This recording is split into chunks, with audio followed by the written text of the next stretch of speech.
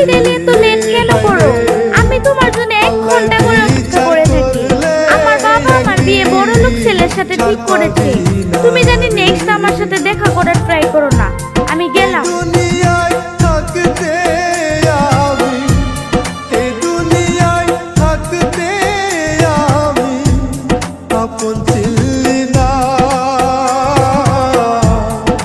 হাসরে আল্লাহর কাছে ছাড় পাবি না রে, হায় রে রোজ হাসরে।